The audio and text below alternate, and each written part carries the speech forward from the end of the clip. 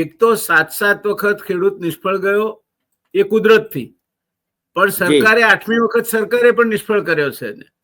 કારણ કે કપાસનો પાક આવવાની તૈયારી હોય, નવો પાક ઓક્ટોબર મહિનામાં સામે આવવાનો હોય, દેશમાં 50 લાખ ઘાસડીનો સ્ટોક પડ્યો હોય, તેવે સમયે ડિસેમ્બર 2025 સુધી કપાસની આયાત ઉપર 11% જે ડ્યુટી લાગતી હતી તે કાઢી નાખી અને 0 ડ્યુટી કરી નાખવી. એટલે ખેડૂતનો પાક જે કંઈ આવ્યો એમાં પણ એને ભાગ ન મળે અને કડદો એનો કરવાનો વખત આવે.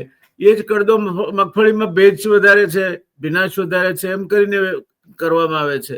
એટલે વેપારી તો જે બચ્યું છે એમાં પણ દંડાય છે, એની પણ કોઈ વ્યવસ્થા નથી. આપણે એક મુદ્દાની જે વાત કહી, સહકારી ડેરીઓ પાસે કરોડો રૂપિયા જમા પડ્યા છે અને એના મેનેજમેન્ટ દ્વારા બેફામ રીતે એનો ઉડાવ ખર્ચો કરવામાં આવે છે અને મોટાભાગે રાજકીય રીતે આ ફંડોનો ઉપયોગ હવે થવા માંડ્યો છે.